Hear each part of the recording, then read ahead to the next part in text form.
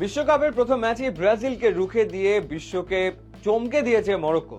এক এক গোলের এই ড্রয়ের পর সবাই যখন ভিনিসিয়াসের গোল কিংবা নেইমারের অনুপস্থিতি নিয়ে কথা বলছে, তখন ট্যাকটিক্যাল দুনিয়ায় আলোচনা হচ্ছে মাত্র 18 বছর বয়সী এক তরুণকে নিয়ে। তিনি আর কেউ নন, মরক্কোর নতুন মিডফিল্ড সেন্সেশন আইয়ুব বুয়াদ্দি। ব্রাজিলের তারকা খচিত মাঝমাঠকে যেভাবে এই তরুণ একাই বোতলবন্দি করে রাখলেন, তা এক কথায় অবিশ্বাস্য। চলুন শুরুতেই দেখে নেওয়া যাক ব্রাজিলের বিরুদ্ধে বুয়াদ্দির কিছু চোখ ধাঁধানো পরিসংখ্যান। পুরো 90 মিনিট মাঠে থেকে এই তরুণ যা করেছেন তা যে কোনো অভিজ্ঞ মিডফিল্ডারের জন্য স্বপ্নের মতো। প্রায় 90%-এর ওপর নিখুঁত পাস, মাঝমাঠ থেকে ব্রাজিলের পা থেকে একাধিকবার বল কেড়ে নিয়েছেন।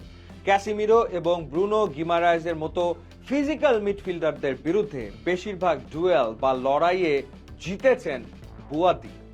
ব্রাজিল যখনই আক্রমণ করার চেষ্টা করেছে তখনই ডিফেন্সের সামনে দেয়াল হয়ে দাঁড়িয়েছেন তিনি।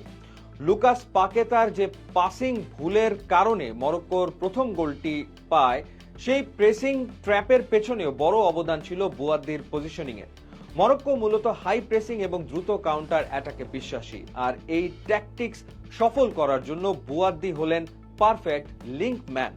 বুয়াদ্দি মরক্কোর মাঝমাঠের গতি নিয়ন্ত্রণ করেন, কখন খেলা ধীর করতে হবে আর কখন এক পাশে বল উইংয়ে পাঠাতে হবে তা তিনি খুব ভালো বোঝেন। 2022 বিশ্বকাপে আমরাবাত একাই মরক্কোর ডিফেন্স সামলেছিলেন।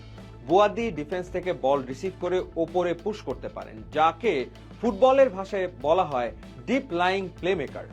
ব্রাজিলের মতো দল যখন প্রেসিং করে তখন অনেক মিডফিল্ডার নার্ভাস হয়ে বল হারিয়ে ফেলেন, কিন্তু বুয়াদ্দির সবচেয়ে বড় গুণ হলো তিনি প্রচন্ড শান্ত। চাপের মুখেও তিনি ঠান্ডা মাথায় বল ধরে রাখতে পারেন, যা মরক্কোকে পজিশন ধরে রাখতে সাহায্য করে। মরক্কো গত বিশ্বকাপে সেমিফাইনাল খেলে ইতিহাস গড়েছিল, তবে তাদের নিয়ে অভিযোগ ছিল তারা কেবল ডিফেন্স করতে জানে, আক্রমণে ক্রিয়েটিভিটির অভাব। ঠিক এই জায়গাতেই আইয়ুব বুয়াদ্দি মরক্কোর জন্য সবচেয়ে বড় আশার আলো। লিল থেকে উঠে আসা এই ফ্রেঞ্চ মরক্কান তরুণ মরক্কো দলের মাঝমাঠে সেই ইউরোপীয় আধুনিক ফুটবলের গতি এবং ট্যাকটিক্যাল ম্যাচুরিটি নিয়ে আসছেন।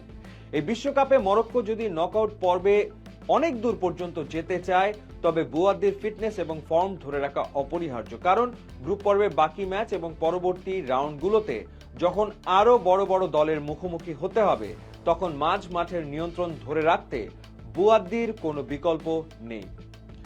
ব্রাজিলের মতো বিশ্বসেরা আক্রমণের সামনে আইয়ুব বুয়াদ্দির এই নির্ভীক পারফরম্যান্স কিন্তু হুট করে আসেনি।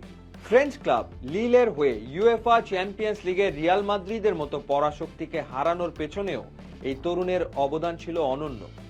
কিলিয়ান এমবাপে, জুড বেলিংহামদের মতো বিশ্বসেরা মিডফিল্ডের বিরুদ্ধে মাত্র 17-18 বছর বয়সে যেভাবে তিনি মাঝমাঠ নিয়ন্ত্রণ করেছিলেন, সেই অভিজ্ঞতায় আজ তাকে বিশ্বকাপের মঞ্চে এত আত্মবিশ্বাসী করে তুলেছে।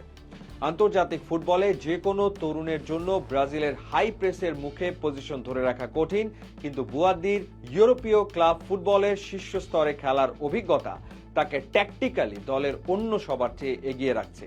তিনি জানেন কখন ডিফেন্সিভ জোনে ফাউল না করে বল রিকভার করতে হয় এবং কখন লাইন ব্রেকিং পাস দিয়ে প্রতিপক্ষের ডিফেন্স চূর্ণ করতে হয়। 2022 বিশ্বকাপের সেমিফাইনালিস্ট মরক্কো দল এখন একটি ট্রানজিশন বা পরিবর্তনের মধ্য দিয়ে যাচ্ছে।